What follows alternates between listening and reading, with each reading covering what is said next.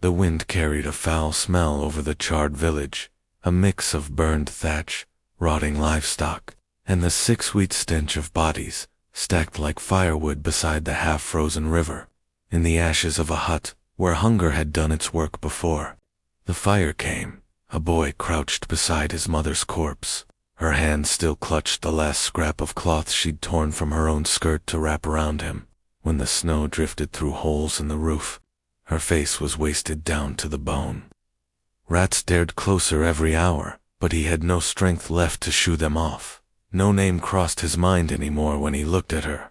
It had been days since he'd spoken it to himself, the syllables too heavy for his cracked lips. He only knew he was still breathing, though he could not say why.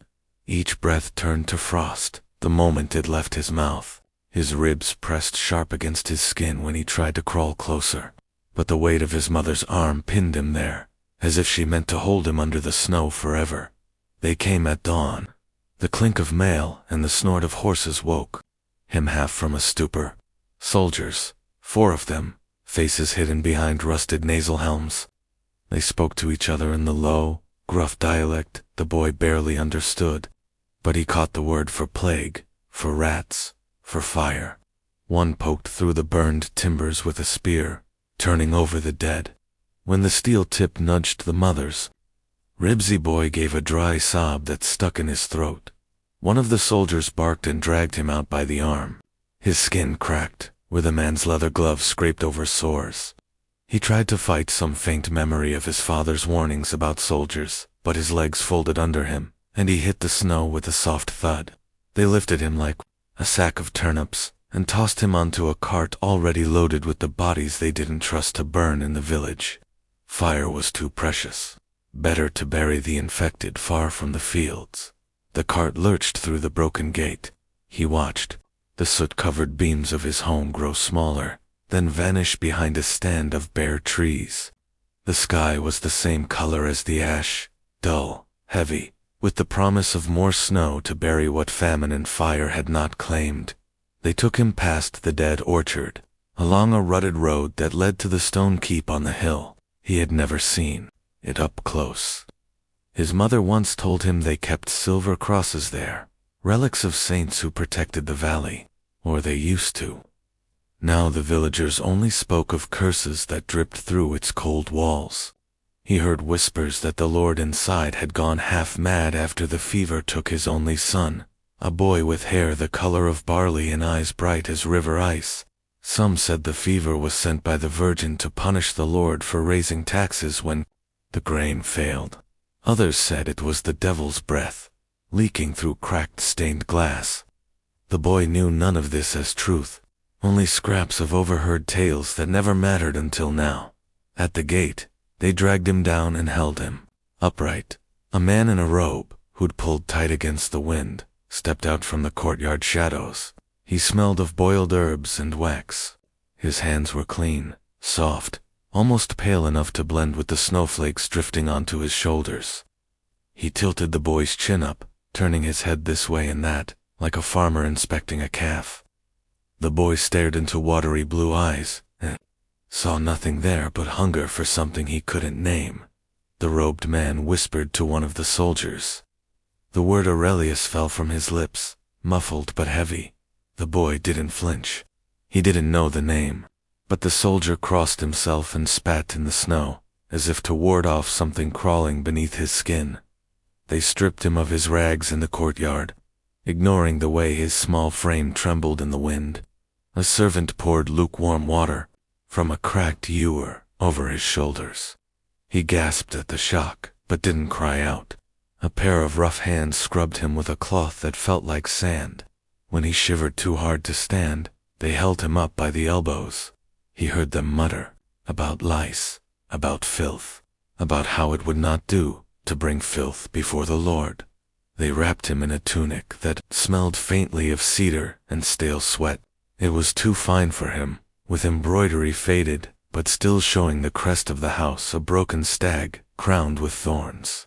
He touched the edge of the sleeve, as if it might vanish. A slap across the back of his head reminded him he wasn't meant to hold it like a gift. They marched him inside. The walls closed around him with damp breath, stone sweating from decades of mist and human fear. Soot from countless fires stained the ceiling beams black. A single torch sputtered in an iron bracket. He felt eyes in the dark.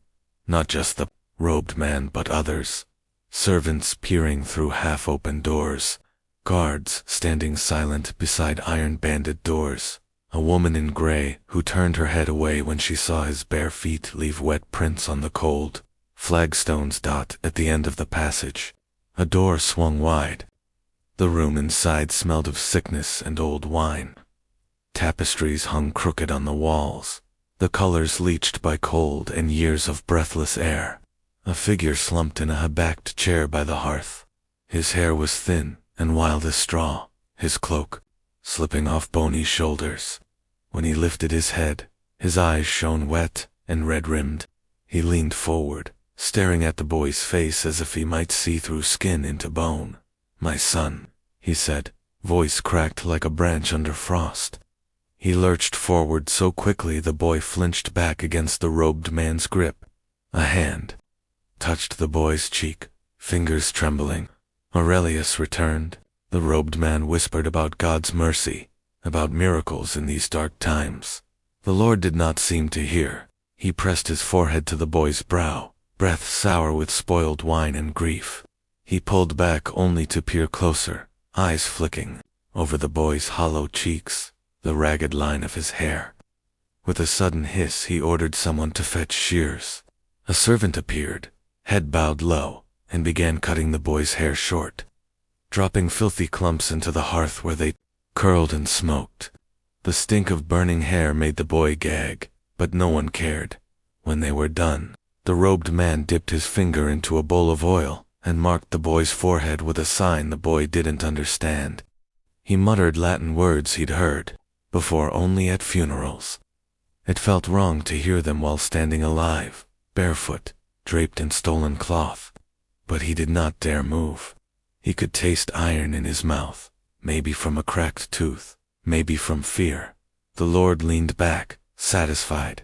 For now, his hand, yellowed nails and all, cupped the boy's chin once more. "Aurelius," he crooned, softer now, a man cooing to a ghost. "Do you remember your father?" The boy did not answer. He did not know the words to answer. He looked past the man's shoulder, at the fire. Sparks rose with the curls of his hair, turning to nothing. That night they gave him a bed. Not straw in a corner, but a real pallet beneath moth-eaten furs that smelled of mildew and candle wax. He lay on his side, staring at the ceiling beams. Rats scrabbled behind the walls, bold enough now that the hearth was cold and the guards gone. He could hear voices through the thin stone, the robed man and the Lord arguing in harsh whispers. Something about prophecies, penance, saints' mercy. The name Aurelius again, like an echo drowning out whatever name he'd been born. With the boy closed his eyes and tried to remember his mother's face, the warmth of her breath when she hummed a tune to hush the hunger pains in his belly. But the tune wouldn't come. Only the wind through broken shutters and the distant cough of a servant somewhere down the corridor. He tried to say his name under his breath. No sound left his lips. He pressed his face into the musty furs until the smell made his eyes burn. By dawn, he slept fitfully, a dreamless sleep, brittle and thin as the ice creeping up the inside of the window. The name they gave him drifted above him like frost on old timber. He did not know it yet, but he would never wake to his own name again. The days that followed blurred together like smoke curling from the hearth. The boy woke before the first bell rang in the chapel tower, roused by the same bony hand each dawn, a servant girl who refused to speak to him except to hiss that he must not keep the Lord waiting. She pulled him from the thin warmth of the pallet and guided him through the cold passages to a stone basin. He shivered as she poured cold water over his head, scrubbing behind his ears until his skin burned. When he flinched, she only dug her fingers in harder. Clean flesh, they told him, pleased the saints and calmed the Lord's mind. Bread crust and a cup of sour ale formed his breakfast. If he ate too slowly, the servant would slap the back of his head. If he ate too quickly, she would whisper that pigs had better manners. He learned to chew silently, swallow when told, and lick the crumbs from his fingers when she turned away. He did not know her name. She called him Aurelian. When he asked her, in a whisper once, if she remembered what his real name had been, she stared at him until the words died in his throat. The great hall loomed ahead each morning, its stale air, thick with the sourness of smoke that never cleared fully. There he waited by the fire while the Lord's footsteps echoed overhead. Some mornings the old man came down clad in robes lined with fur, muttering prayers under his breath. Other times he stumbled down half-dressed, reeking of the wine he drank alone through the night. Always, he demanded the same thing, to see Aurelian stand straight, to hear him speak the prayers drilled into him by the robed priest who lingered in the shadows near the cold hearth. The boy repeated the words like stones in his mouth, round and smooth but tasteless. When he forgot a line or stumbled on the Latin, the priest's staff tapped his shoulder, a reminder that mistakes invited ruin. Once, when he stuttered through a psalm meant to honor the lost heir, the Lord's palm struck his cheek so hard, his ear rang for days. He did not cry. The priest told him the dead prince would never have cried. In the hours between prayers and inspection, he learned how to walk the length of the hall without dragging his feet. He learned to hold a cup the way the dead boy once had. The priest made him bow just so, palms pressed flat at his chest, eyes lowered. If he dared lift his gaze, a cuff reminded him where it belonged. The staff always waited at his shoulder, tapping, tapping, like a woodpecker picking at rotten timber. Outside the hall, his world shrank to a few dim corridors, and the chapel, with its cracked stained-glass window. At dusk, the monks would lead him there to kneel in front of the relic that once drew pilgrims from every corner of the valley. A silver cross said to hold a splinter from the true cross itself. He did not know what was true or not. He knew only that the floor was cold stone, and the smell of stale incense filled his nose until he felt he might choke on it. He knelt until his knees turned purple beneath the thin wool of his tunic. He knelt as the monks droned chants that dripped like water through a leaking roof. They called him Miracle Child behind his back, but Miracle Child or not, he learned that miracles did not keep you warm or feed you more than crusts scraped from the noble table. At night, he found lice between his ribs, tiny crawling things that nested in the seams of the dead boy's clothes. He scratched until his skin bled, then tucked his hands under his thin blanket so he would not wake the other servants with his whimpering. Sometimes, when the wind blew through the cracks in the walls, he heard voices whispering in the dark. Other children who slept in straw piles behind the kitchens, maids who wept when the steward's boots echoed down the corridor. There were others like him in ways he did not fully understand. Another boy, older, who had once been a stable hand, until the Lord decided his back was too crooked for fine company. Now he limped through the kitchens, carrying buckets too heavy for his narrow shoulders. They never spoke. They only passed each other at dawn, eyes down, a flicker of recognition, but no words. Words were dangerous. The walls here had ears. The priest made sure they all remembered that. In the kitchen, he sometimes caught glimpses of a girl near his age, Mira, her hair tucked beneath a dirty cap. She moved with quick steps and eyes always darting toward the doorway. Once, as he slipped by with the priest's hand on his neck, she brushed a crumb of bread into his palm. Her fingers were warm. He dared not thank her aloud. He only closed his fist around the crust until the priest dragged him away. He learned that hunger was as constant as the bells that marked the hours. No matter how much soup the monks ladled into the chipped bowl, he was always empty after. His stomach groaned at night, loud enough to keep him from sleep. Some nights, Mira crept into the shadowy corridor near the chapel door. She would crouch low, lift her apron, and press a scrap of cheese into his hand. Her breath smelled of turnip and ash. She never stayed long enough to speak more than a word. If they were caught, the priest would say she had spoiled a holy offering. He wondered what lie they would say about him. The Lord's moods swung with the weather. On days when the sun broke through the clouds and glinted off the frozen courtyard, he wept over Aurelian's face, calling him beautiful, perfect, returned from death's maw. On nights when wind rattled the shutters and the plague rumors crept into the courtyard walls, he hissed about devils and deceivers. Once, in such a mood, he gripped the boy's jaw so tight that the bruise stayed for a week. The priest told him this was love, a father's burden. The dead prince would have understood. The boy understood only that he must stand still, breathe shallow, and keep his face calm even when he wanted to scream. He learned that servants vanished if they crossed the Lord at the wrong hour. He saw Myra's older brother dragged by his collar into the courtyard once, forced to kneel while the steward hissed about stolen grain. When the boy asked Myra later where her brother had gone, she pressed her hand over his mouth and shook her head so violently her cap slipped sideways at the winter's edge. The plague word returned like an echo from the far hills. A merchant who dared the frozen roads brought news that the fever had claimed half a market town 2 days' ride east. Whispers spread among the cooks and stable hands. They crossed themselves and spat over their shoulders. The priest gathered the boy in the chapel and made him kneel beside the relic until his knees cracked. He was told to pray that the fever would pass this place by.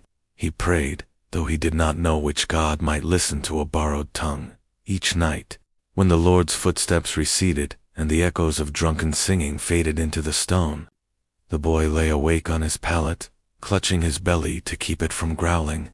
He mouthed words to himself he could no longer speak aloud. Not prayers, not the name they forced on him, but scraps of a lullaby his mother had hummed once when the wolves howled outside their old hut. The tune came in broken hums, too faint to carry far.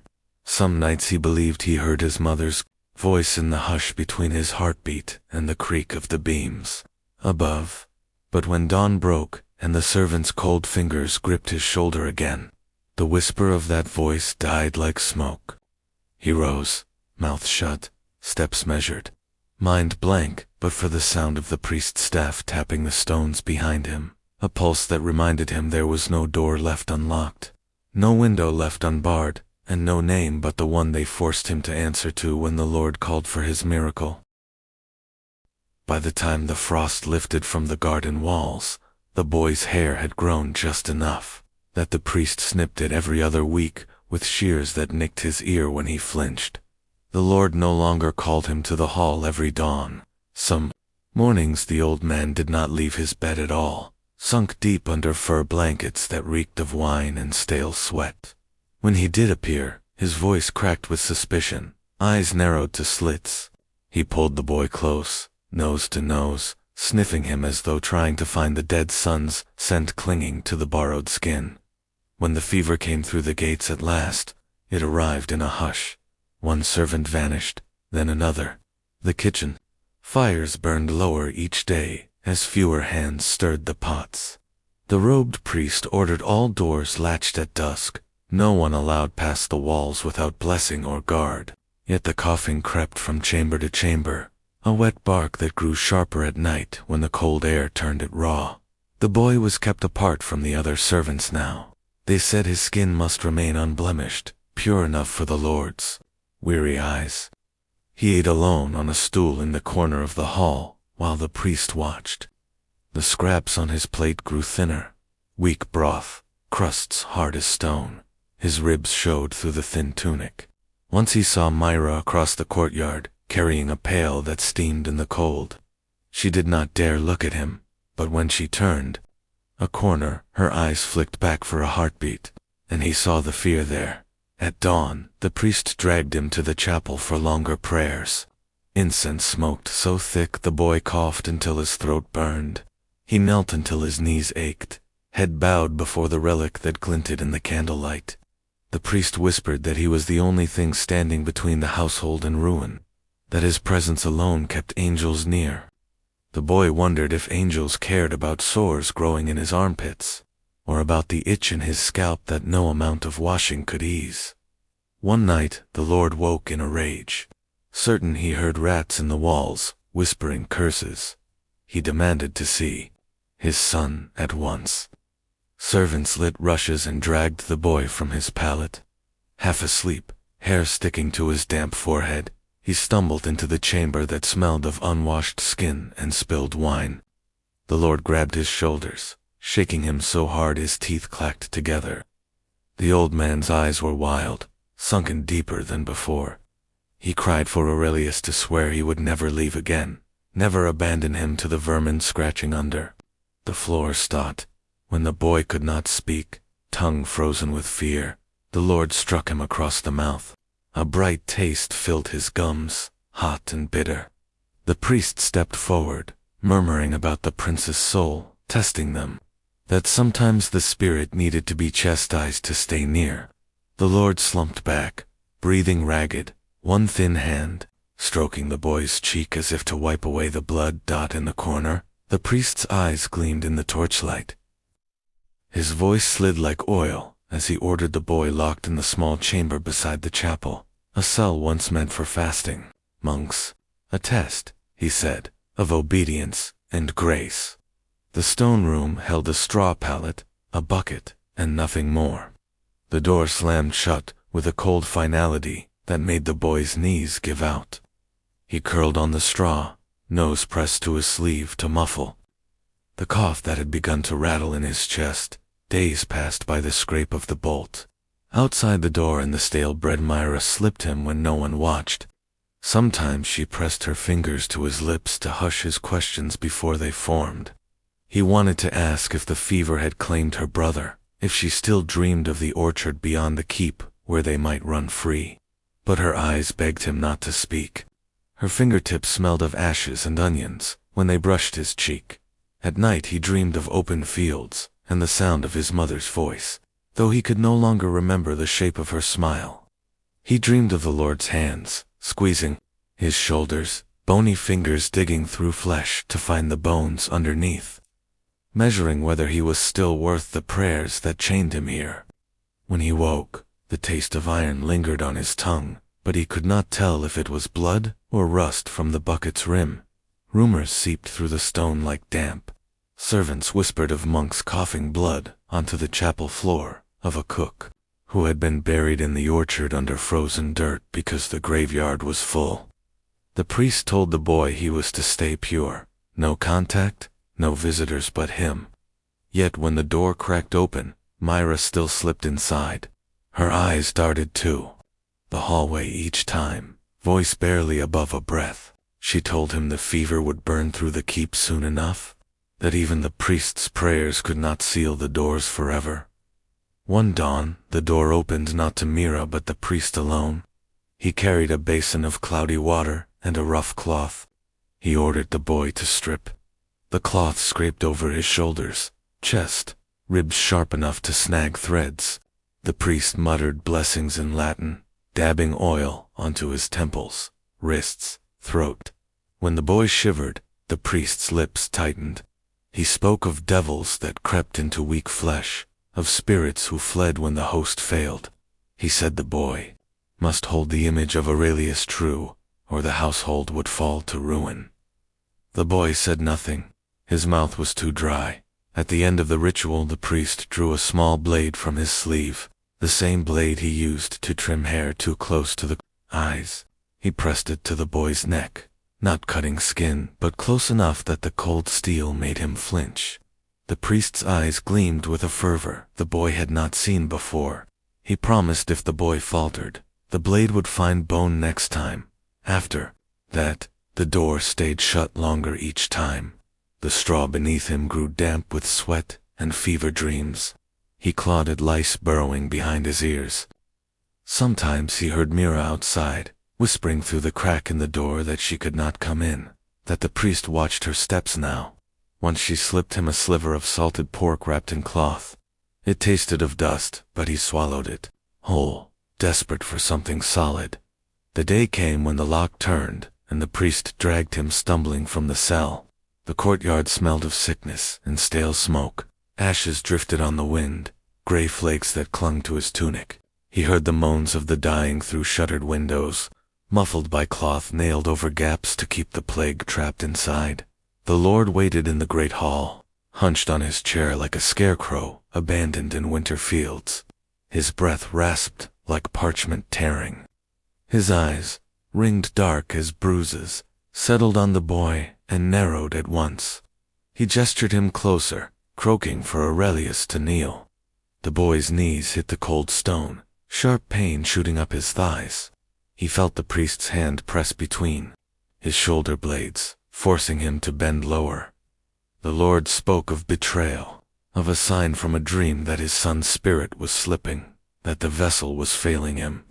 He blamed the coughing servants, the empty stores, the dead who waited to be buried in frost-hardened soil. He demanded proof that the boy's soul was still pure, still worthy of the name. The priest nodded solemnly and whispered that penance would cleanse him, that a trial by pain would remind the saints to keep the boy's shape holy. 2 guards dragged him toward the chapel door. His feet scraped the stones, bare skin peeling. The air inside the chapel felt colder than the courtyard wind. Iron shackles waited at the base of the relic, rusted but strong. They forced him to kneel, arms outstretched. The priest lifted a switch cut from the orchard's last living tree. Each stroke bit through the thin tunic, raising lines of fire down his back and ribs. He gasped once, but swallowed the rest. The priest murmured blessings between strikes, voice trembling with each blow. He did not know how long he knelt there. When the switch broke, the priest dropped it beside him and stepped back. The boy's chest heaved, breath fogging the cold air. Blood seeped through the linen, dripping to the stone floor. Somewhere behind him, he heard Mira's stifled sob. He wanted to turn his head, to find her eyes, but his neck felt carved from stone. The priest told him he was purified now, that he must rest and remember who he was, the shape of the dead, the promise that hunger and pestilence could not touch this house as long as he stayed true. The boy tasted salt at the corner of his lips, unsure if it was blood or tears he could not feel. When the shackles fell open, he slumped to the floor, too numb to stand. The guards dragged him back to the cell where he lay curled on straw that stank of sweat and rot. His body burned like fire beneath his skin. He pressed a hand to his ribs, feeling each welt pulse with his heartbeat. Somewhere beyond the walls the fever claimed another voice, another moan drifting through the keeps. Stone Bones. He whispered his old name, hoarse and raw, just once to the darkness. The walls did not answer. He did not know how many days passed while he lay curled on straw that turned sour beneath him. Sometimes he woke to Myra's whisper through the door, her voice thinner each time, words breaking like twigs. She told him the fever had emptied half the servants' quarters. She told him the priest had begun burning clothes and bedding in the courtyard pit, chanting prayers so loud they echoed off the stone. She told him the Lord had not left his bed for 3 days, his breath rattling in his chest like dry beans in a jar. The boy's back stung where the switch had broken skin. The wounds wept and crusted, opened again when he shifted on the pallet. Flies gathered when the door stayed cracked too long. He slapped at them with weak fingers. Some nights he dreamed he was still running through the orchard, Mira beside him, their feet pounding the wet grass. When he woke, the walls pressed in, stone cold and unyielding, reminding him he belonged to the dead boy's face more than his own name. On the 7th day, or maybe the 10th, the priest came with guards. He did not bring bread or broth, only a bucket of cold water that he poured over the boy's shoulders. The shock jolted him upright. The priest lifted his chin with 2 fingers, squinting at the crusted scabs, the hollow eyes. He murmured to the guards that the shape was failing, the resemblance thinning like smoke in a draft. The guards did not speak. They only dragged the boy upright, his knees buckling under the weight of his own bones. They brought him to the Lord's chamber. The hearth glowed low, giving off a sickly warmth, that smelled of damp fur and unwashed flesh. The Lord lay half buried in blankets, eyes dull, skin yellowed like old wax. He wheezed when the boy was pushed to his knees at the bedside. One clawed hand fumbled for him, weak fingers brushing his cheek. The boy did not flinch this time. He watched the old man's cracked lips form the name, Aurelius, with more breath than sound. Then the Lord's gaze drifted to the rafters, as if something waited there, a figure only he could see. When the Lord's hand fell away, it thumped to the covers like a dead bird hitting a shutter. The priest leaned over the body, 2 fingers pressed to the hollow throat, waiting for a flutter that did not come. When he turned to the guards, his mouth twisted at the corner. He said the house must be purified at once. The boy understood he was no longer needed. He was not the son returned, only a husk that had kept the old man's guilt at bay until breath failed him. They did not bother to lock him in the cell again. They left him kneeling by the bed while they wrapped the Lord's body in linen, muttering prayers and sprinkling stale herbs to mask the sour reek of death. The boy sat motionless, head resting against the bed frame, watching them shuffle about him like shadows. The priest spoke of burial at dawn, of a mass offered for the Lord's soul, of debts to be collected from peasants who could barely feed themselves. No one looked at the boy as they dragged the corpse away. When the chamber emptied, he rose on shaking legs and wandered the silent corridor. No guard stopped him. The household had dissolved into fevered whispers and hurried steps. He slipped through a side door into the courtyard. Ash drifted from the pit where clothes and bedding smoldered, carrying the stink of burnt wool and singed hair. The orchard beyond the wall looked gray and brittle under the winter sky. He thought of running then, feet pounding through frost-hardened grass. But where would he go? Who would see him for anything but the ghost of a dead boy no one loved enough to remember? Mira found him by the well. She clutched a bundle of rags to her chest. Her eyes were rimmed red, raw from smoke or grief or both. She knelt and pressed a hunk of stale bread into his hands. Her lips moved, but no sound came. She touched his hair, brushing lice aside like a mother with a sick child. He did not flinch from her touch. He did not ask her to come with him. He knew she could not. The priest's reach was long, the village chained by fear thicker than stone walls. When she left, he sat by the well until dusk bled out across the courtyard. Shadows pooled in the corners. He rose when the bells tolled 4. The evening mass, slipping past the chapel door, where the priest's voice cracked through hymns about mercy and flame. No one watched him cross the orchard. The gate beyond sagged on rusted hinges. He pushed it open and felt the wind for the first time in weeks, clean and sharp enough to bite through his tunic. He walked until the keep's torchlight shrank too, a flicker behind him. The fields lay frozen, stubbled with dead stalks. Somewhere beyond the rise, wolves howled at a sky bruised purple and gray. He stumbled once, knees striking frozen earth. The bread Myra had given him crumbled in his fist. He let the pieces scatter for crows that did not come. When dawn broke pale and thin, he reached the edge of a small hamlet. Smoke rose from thatched roofs, curling into the cold.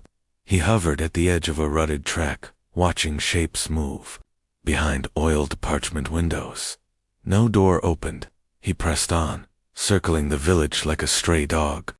In the next days, he lingered near hedgerows, stealing scraps left for pigs, drinking from streams so cold they numbed his cracked lips. He had no name to trade for shelter. He had only a face that did not belong to him and bones that ached more, with each night spent curled in bramble and frost. When the fever found this hamlet, as it did all others, it swept through with no regard for penance or prayers. He watched from a distance as wagons carried the dead to shallow pits at the edge of the woods. No priest spoke his name, no servant whispered that he might be a prince reborn. He was a shadow now, thinner each morning, ribs pushing at skin too tight to warm him. One dawn, he slipped through the chapel door when no one watched. He did not kneel at the altar. He lay down on the cold stones and shut his eyes, pressing his face to the flagstones until his breath slowed. When the door creaked open hours later, the priest did not see a ghost. He saw a vagrant curled near the relic, lice crawling his collar, lips cracked and blue. The boy did not stir when rough hands lifted him, when they dragged him by the ankles to the edge of the burial pit behind the chapel wall. They did not mark the grave. They did not say a name. They shoveled cold earth over him like so many others. Peasants, beggars, children too thin to carry a father's sin. The pit settled under frost and snow. The priest told the villagers the fever had taken a nameless stray who brought bad luck. By spring, the orchard bloomed again, soft petals, drifting where the old switch tree grew new shoots. The keep's new lord arrived from distant kin, papers sealed in wax proving blood and claim. He brought fresh coin for the priest's chapel, new tapestries to hang over cracks in the hall. No one spoke of the boy who knelt at a dying man's bedside, who carried the face of a child long rotted beneath stone. No record bore his name, no carving marked his bone. He vanished into the hush between walls, one more echo in a world built on borrowed faces and bodies traded like coin. In the hush of dawn, crows circled the orchard where no one dared pick fruit for fear of fever's ghost. The boy's shadow lingered there, weightless and thin as frost that melted before the sun could name it.